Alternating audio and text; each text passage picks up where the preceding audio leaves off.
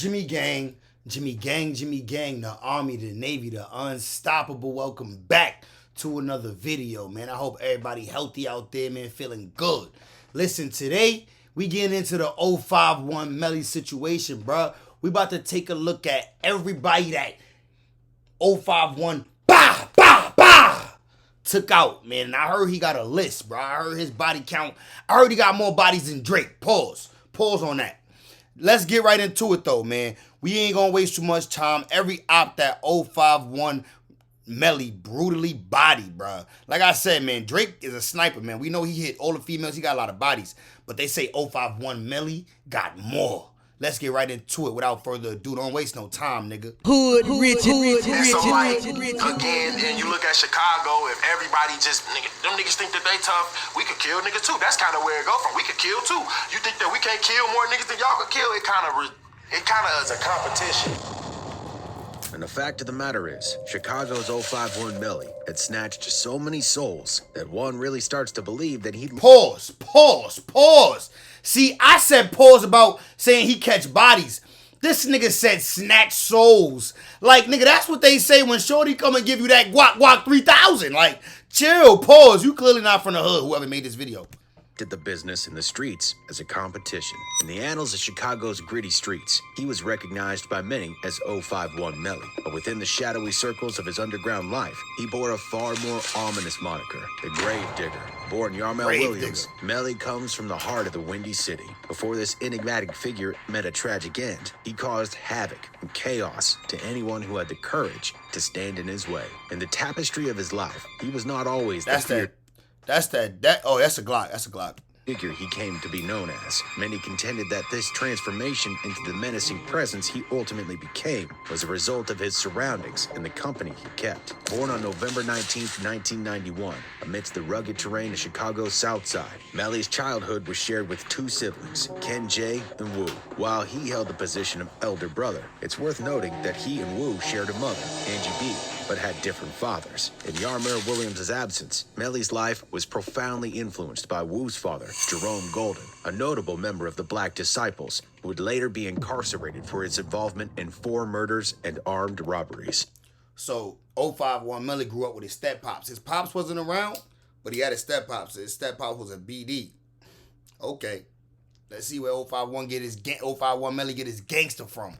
Pivotal point in Melly's life may well have been the loss of his mother at the age of 40 due to cancer. Following this, he found himself in a state of constant relocation under the care of his stepfather, marking a potential turning point in his trajectory. Among the other individuals who may have contributed to the negative influences in his life were his cousins TYMB Courtney and TYMB Court, both affiliated with the... There's that TYMB Faye nigga, right? That's the only nigga I heard of from TYMB. I never heard of that TYMB name or brand before, the face snitching ass nigga. I ain't gonna lie, that's crazy. The face of y'all group is a snitch? Damn. Like disciples, and allegedly tied to the demise of a 15-year-old rapper and GD member named Tuka. NLMB were formed by 2 sets that went renegade. First, the Muskegon Boys. They were a gangster disciple set over on Muskegon and 78. His uncle, a sibling of Golden, was known as G-Slim, a member of the Never Leave My Brothers Gang, or NLMB. Melly's upbringing in Randolph Towers, also known as the Calumet Buildings, transitioned into life at 59th and Calumet, following the tower's demolition. Unfortunately, this area fell under the jurisdiction of the 600 Gang. Melly's connection to the 051 crew began during this time at DeSable High School, where he forged friendships with individuals associated with the Mickey Cobras. Additionally, he formed a close bond. Like I said before, we don't know that much about the Mickey Cobras. I honestly want to do a story. I'm going to find me a video about the Mickey Cobras, bro. We're going to get to that because I want to learn more about them because I know the whole 051 clique, a lot of them is Mickeys, you know what I mean? So, MCs. With a member of the 051 crew, known as 051 Zico. Tragically, Zico fell victim to a shooting in 2008, allegedly at the hands of a member of the Trigger Happy family, or THF crew, named the Key.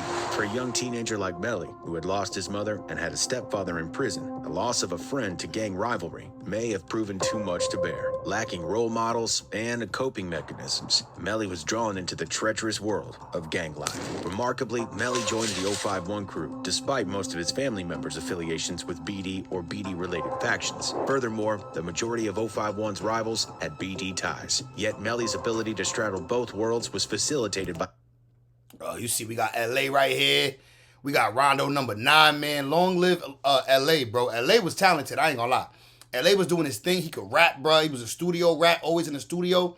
Sadly, he died coming out the studio. His extensive familial connections across the city. His charisma and adaptability led him to become a part of both the 051 crew and the Black Disciples. 051 Young Money, the faction Melly joined, stood as one of the most influential gangs on Chicago's South Side, notorious for its ruthless enforcers and control over territory far exceeding the norm. Yeah, it's crazy, bro, because they don't got no crazy rappers with names. Like the whole 051 in them, they don't really have no crazy rappers with crazy names. They just got hitters, bro. They just got niggas we know from they squad that be hitting shit up, like, you know what I mean? Real shit. Many gangs claim dominion over roughly 2 square miles. Like, if you not from Chicago, the only thing you know about 051 is them niggas got hitters, bro. 051 Young Money extended its reach across more than 3 square miles of territory. The core of their territory spanned from King Drive to Woodlawn Avenue, stretching between 53rd and 48th Streets. This domain also encompassed areas such as Hyde Park, Kenwood, and Eastern Grand Crossing. Established around 2006-2007, 051 wasted no time in entering into a fierce feud with THF. THF, located between 45th and 46th Drexel. See, this is another squad. I already know too much about THF, but we heard their name before. We heard a couple niggas' names with the THF in front of it, though. Woodlawn boasted a cadre of experienced street... If y'all know something about THF, put in the comments. Let me know. Maybe it's a video on them or something I'll get into in the future. Rendering it one of Chicago's most feared gangs. The enmity between 051 and THF would soon escalate to become the city's most prominent and blood-soaked rivalry. It all began in skirmishes, both within and outside of schools, eventually escalating to the involvement of... It all started, but listen, all this shit started in school, bro. I ain't gonna lie. All this gang banging and toting guns and ops and all this started in school, bro. Let's keep it a band. Niggas been doing this shit since school, nigga, middle school. Arms, with the inevitable outcome being a body count. The first casualty of this feud was an 051 member, Carlos Meros, alias Los, who fell victim to a fatal shooting on March 13, 2008, at 4800 South Drexel Boulevard. Carlos, aged 20, was rushed to Northwest Memorial Hospital, but succumbed to multiple gunshot wounds. There was no turning back. The conflict would claim the lives of numerous J Hood right here? Despite performing well. What's this nigga named J Hood, right? This the nigga who he used to be banging and all that. Now he be kind of like trying to do the positive thing. I respect it. Academically, Melly was inexorably drawn into the streets, intensifying his pursuit of 051's adversaries around 2010 to 2011. During this period, tensions between the rival factions reached a boiling point. In 2011, 051 exacted revenge on the deaths of Los and Zeko in 2008, claiming the lives of Quint and Tony, both affiliated with THF, through the actions of Montana from 051. The 600 crew also entered the fray, targeting an 051 member. Imthak, a member of 600, shot and killed T-Streets, an 051 member. 3 months later, 051 retaliated. This marked the commencement of Melly's macabre killing spree, which commenced on February 2nd, 2012, when he and an associate named Kiddo embarked on a quest for vengeance. Yeah, we know who Kiddo is. 051 Kiddo. He doing video. He doing an interview right now. It's probably done now. But Say Cheese was airing the interviews with Kiddo. Kiddo, we know he a real one from over there too.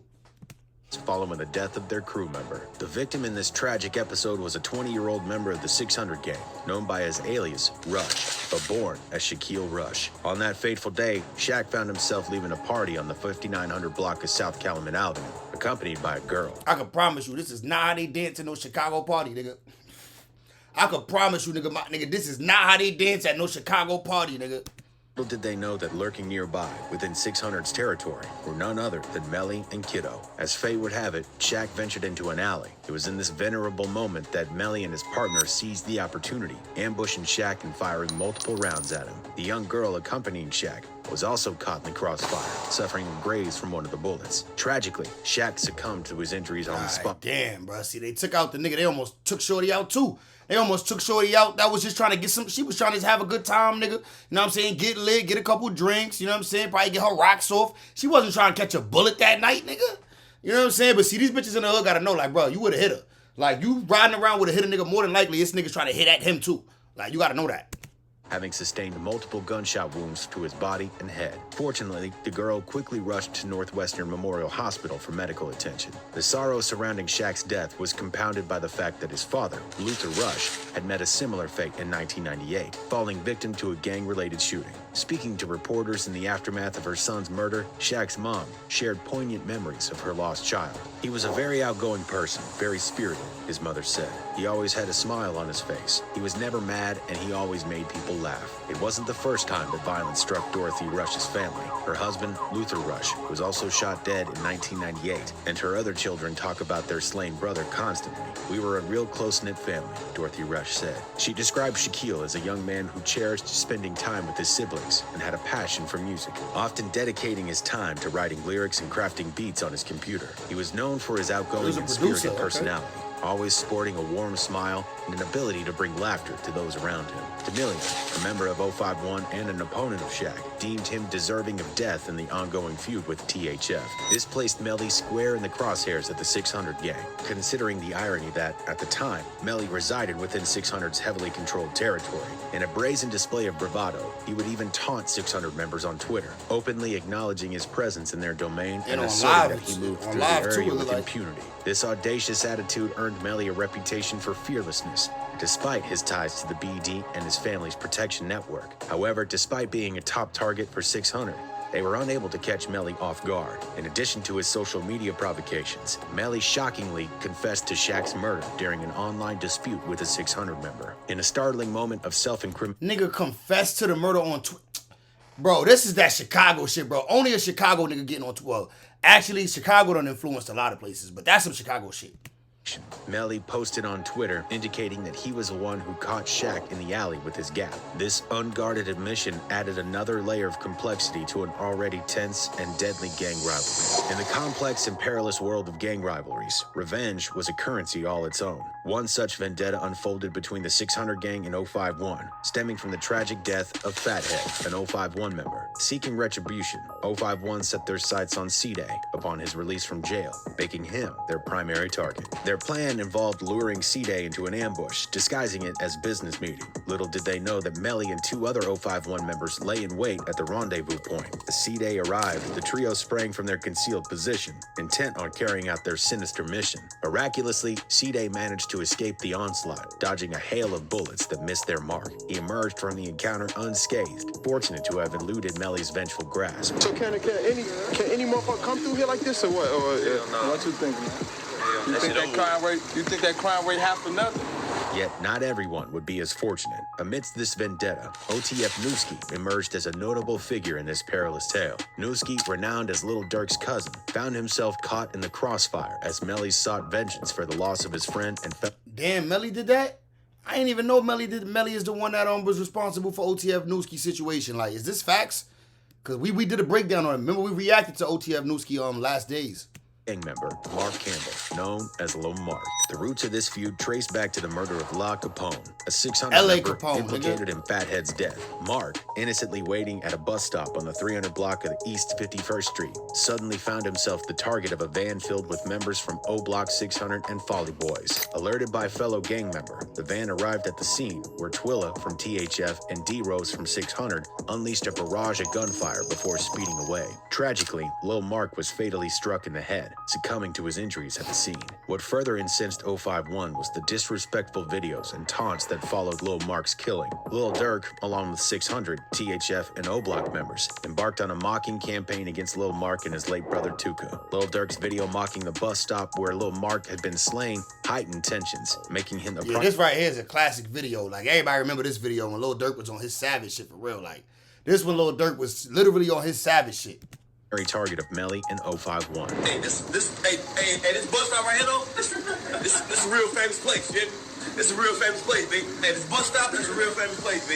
I ain't gonna lie. Despite their desire for retribution, 051 faced a significant obstacle in targeting Lil Durk. The rapper's fame would draw unwanted attention, and his limited presence in Chicago meant that he was rarely exposed outside. Consequently, 051 shifted their strategy, opting to target those closest to Durk. Their first victim was OTF Newski, Lil Durk's cousin. 2 months after Lil Mark's murder, 051 achieved their first act of vengeance. While Lil Durk briefly left Newski alone in a parked car on the 700 block of East 87th Street, Melly and Driller seized the opportunity. They approached the car from both sides and opened fire, leaving Newski with multiple gunshot wounds. Newski managed to start the car and drive away, but crashed a short distance later. The shooters fled the scene, leaving Newski dead in the car. This assassination struck a personal chord with Lil Durk, who was devastated upon discovering his cousin's lifeless body, drenched in blood. The cycle of revenge continued, with 051 next to targeting OTF Chino, who managed Lil Durk and was affiliated with THF.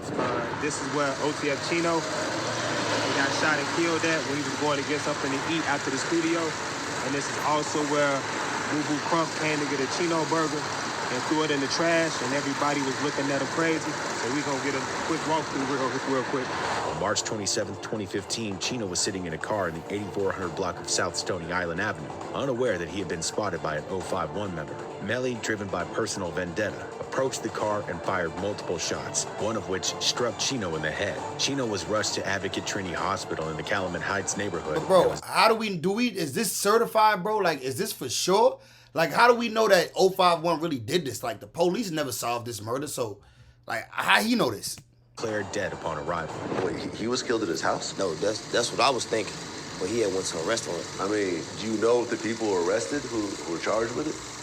Wasn't nobody charged. Nobody was charged, so it's just... That's every day in Chicago. Anything happen, 9 times out of 10, you ain't gonna find out who did it. No. 051 determined to mirror the I ain't gonna lie, it do seem like when it comes to Chicago, my nigga, murders don't get solved, bro. I ain't even gonna lie, because a lot of out here, yeah, sometimes murders go unsolved, but a lot of times, bro, most of the time, they be catching niggas who catching these bodies, bro, because there's cameras everywhere. There's cameras everywhere in Chicago, too. They could do the same thing. They just don't. They just feel like it's happening every day, so we're not going to stay on top of it. Let them keep doing it. That's how they feel.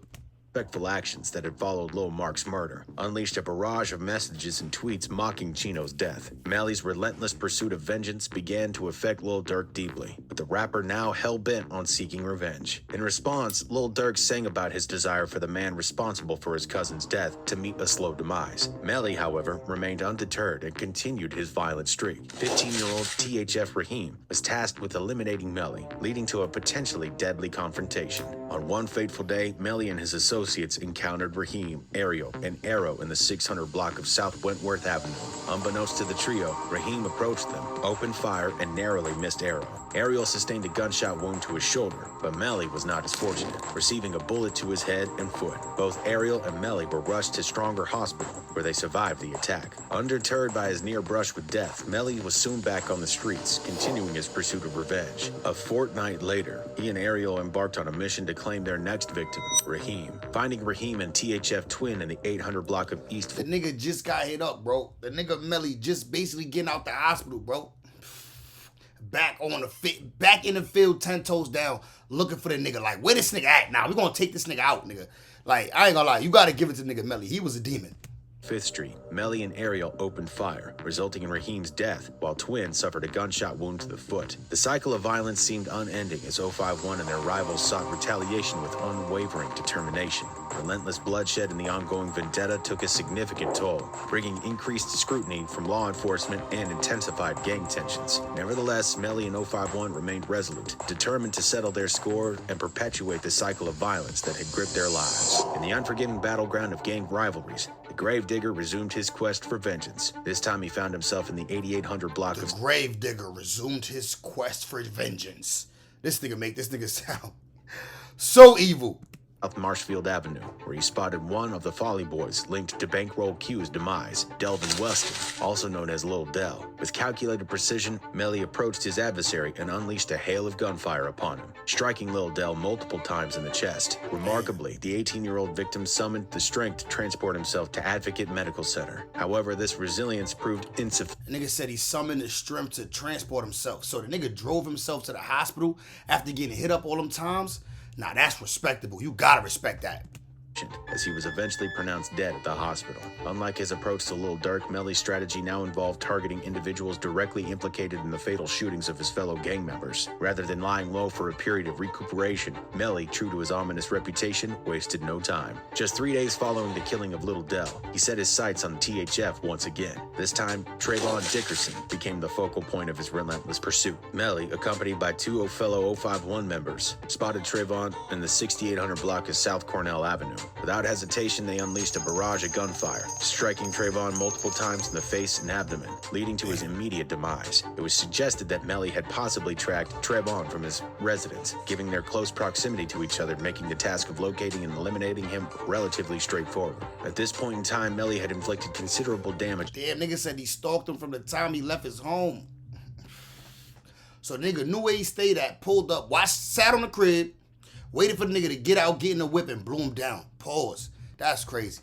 On THF, far surpassing the customary levels seen in gang rivalries. Ordinarily, one would neutralize a few members from the same faction, but Melly had claimed a significantly higher number of lives. As a result, THF was growing increasingly determined to eliminate him without delay. Yet, Melly's elusiveness and cunning had, until now, allowed him to slip through their grasp. However, the tables would soon turn, for Melly's adversaries were not about to relent. Raheem, the young THF member who had been involved in a previous confrontation with Melly, was now a free man, having been released from jail. Raheem was the stepson of Bezu, who had lost his stepson in the ongoing vendetta and now sought retribution. Bezu joined the growing list of individuals intent on capturing Melly, all of whom harbored an unyielding desire for vengeance. What?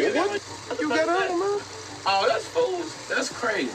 In early 2018, Melly and his friend Crump stood outside a gathering at the Crump. 68. We all know Crump. Everybody know Crump in this story. Wasn't he like the scorekeeper or something like that? We all know Mubu Crump, man. He definitely one of them niggas in this story, bro. Block of South Morgan Street. In a sinister turn of events, a car suspiciously slowed down near them. Without warning, Bezu and two other assailants opened fire on the unsuspecting duo. In less than a minute, the vehicle sped away, leaving behind a gruesome scene. Crump bore the brunt of the attack, sustaining 4 gunshot wounds, 2 in the torso and 2 in the arm. Melly, astonishingly, survived yet another attempt on his life, enduring 5 shots to his left arm and a grazing bullet wound to the head. Both victims were urgently transported to the University of Chicago Hospital, where Crump was tragically pronounced dead. Remarkably, Melly had once again emerged from a life-threatening situation. I remember when Crump died. I remember that, bro. Everybody was talking about it on Twitter, on YouTube, everything. I wasn't doing YouTube back then, but that was a crazy time, bro. I remember that, and I ain't gonna lie. Everybody had a lot to say about him because he had a lot to say when he was alive. Life intact. His ability to evade capture and his tenacity in surviving multiple attempts on his life had left his adversaries, including Bezu, increasingly exasperated. Despite their concerted efforts to eliminate him, Melly had proven to be a formidable and elusive foe, frustrating those who sought to bring him to justice. The streets were abuzz with rumor that Lil Durk had placed a bounty on Melly's head, adding yet another layer of motivation for individuals like Bezu to attempt Melly's elimination. It ain't all about goals and plans. Like, you gotta know what's your purpose of living to do anything, gang. Like, a lot of don't even be making sense. Bezu's determination to take... Your purpose of living should not be to take another nigga life. Like, that's a crazy purpose of living. Like, am I right about... Let me know. Am I right about that? Your purpose of living is to take another nigga life? Check your purpose, nigga. You need to figure that out. Melly was further fueled by Melly's involvement in the killing of Bezu's teenage stepson. Before Melly resumed terrorizing Lil Durk, he decided to extract retribution on one of the individuals responsible for Bankroll Q's death. Tyrone Marshall, known as Ty, became his next target. The scene was set when Ty, a 19-year-old, and his friend engaged in casual conversation, leaning against a parked car. Oblivious to their surroundings, they failed to notice a vehicle approaching slowly. The car came to a halt. Nigga, stop showing this Tesla, bro. Stop showing this Tesla, because I know for damn sure niggas did not pull up in no Tesla in Chicago, in Chirac, blowing. Niggas did not pull up in no Tesla. Stop it. Distance away, and Melly's firearm emerged from its lowered window. In a quick and lethal burst of gunfire, Melly did not miss his mark. Ty was struck in the head before Melly swiftly fled the scene. Another life was claimed, and Melly's reputation as the gravedigger was solidified. Damn, bro. Yeah, he's a gravedigger, bro. He hit him in the head from the car. A car shot. Hit him. Bro, I ain't gonna lie. This nigga's deadly. Very deadly. and it seemed that everyone he targeted met a grim end. But Melly was far from finished. He was about to confront Lil Durk in OTF once more. As mentioned earlier, the death of Crump had reignited Melly's thirst for vengeance against Lil Durk and those close to him. With a renewed determination, Melly resumed his pursuit of Lil Durk, aiming to strike where it hurt most, his family. His targets were Lil Durk's blood brother, D-Thang, and even Lil Durk's cousin, Baby D. On one fateful night on the 600 block of East 115th Street in the Pelham neighborhood, Baby D, D-Thang, and OTF Fresh sat together in a parked car, completely unaware that they had been trailed from a nightclub they had visited earlier. Melly, accompanied by several accomplices, pulled up alongside them. Before anyone inside the parked car could react, bullets rained down upon him. All three occupants of the car were hit and rushed to the University of Chicago Medical Center. OTF Fresh was the luckiest among them, sustaining a bullet wound to his left knee and being quickly discharged from the hospital. However, D-Thang had been shot multiple times in the legs and abdomen, entering critical condition upon arrival at the hospital. Miraculously, he survived and was discharged a few days later. Well, Terrell, police say 3 men were shot inside that car. Also, wow, when D-Thang's, we know D-Thang ended up dying. Lil Durk brother D-Thang ended up passing away. We know that. But that wasn't even the first time he got hit up, bro. Like, goddamn, nigga, like, niggas be surviving a situation once, get comfortable again, go back to the same spot, get caught in the same situation, chilling. Thinking you just low-key, I probably left the club feeling good, had a couple drinks in you. You know how I go, we all been there with the homies. You a little lit, like, yo, pull over real quick, let this Mac real quick, roll up a couple blunts, smoke, chill, chop it up. Everybody on their phone, lining up bitches and all that, you know what I mean? But that should be dangerous, my nigga, when you know you at war at this moment. Right behind me there, one of them is in critical condition, another is serious, and a third man who was shot is not giving police any information on what may have led up to this. The car riddled with bullet holes coming to a stop near 111th Place and Cottage Grove, where it ended up in the middle of the street. Tragically, Baby D, 30 years old and known as Darnell Banks, suffered multiple gunshot wounds into his back and abdomen. He succumbed to his injuries while receiving medical treatment. The news of Baby D's death devastates Lil Durk, marking the second family member lost and deepening the anguish as his brother fought for his life in the hospital. Melly's actions had crossed the line, and enough was enough. Several gangs, including THF, Lamron, and 600, were now actively searching for the gravedigger. While he remained elusive, there was a growing consensus that his day of reckoning would eventually arrive. As the saying goes, every dog has his day. Nate would tell Travis to capture the assailants on footage as if they were co-hosting the assassination. On September 1st, 2019, Melly made a grave mistake by attending a house party located at 6107 St. Lawrence on Chicago's South Side, an area under the control of the Gyro City Gang. At the party, bruh, going to a party when you know you got hella beef and then you damn near in a party in these niggas' hood or close enough to these niggas' hood, that's a mistake, bro. I could tell you stories about niggas that like, listen, bruh, this shit just, it don't make no sense, bro. Going to a party when you know it's deadly, bro. Like, rest in peace, B-Hop, bro. That's an example, man. Rest in peace, B-Hop. Going to that party, my nigga. If he didn't go to that party, he'd still be alive. Or at least he wouldn't have died that night. That's for sure. Melly encountered Nate, a member of Take One Work.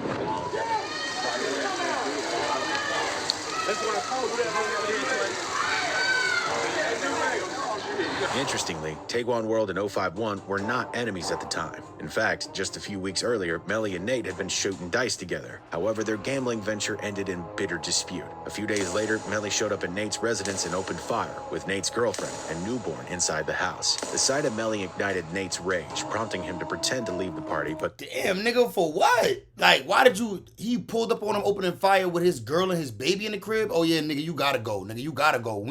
You gotta go, nigga. And abruptly turn around, draw his firearm, and fire in Melly's direction.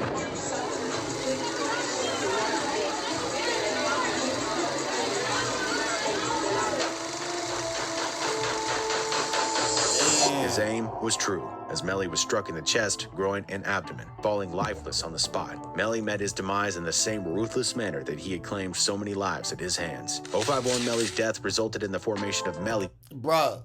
They knew they wasn't going to catch him slipping no other way. They said, you in the party right now? I got to get you in the party. We've been trying to catch you mad other places, caught you, but you still living.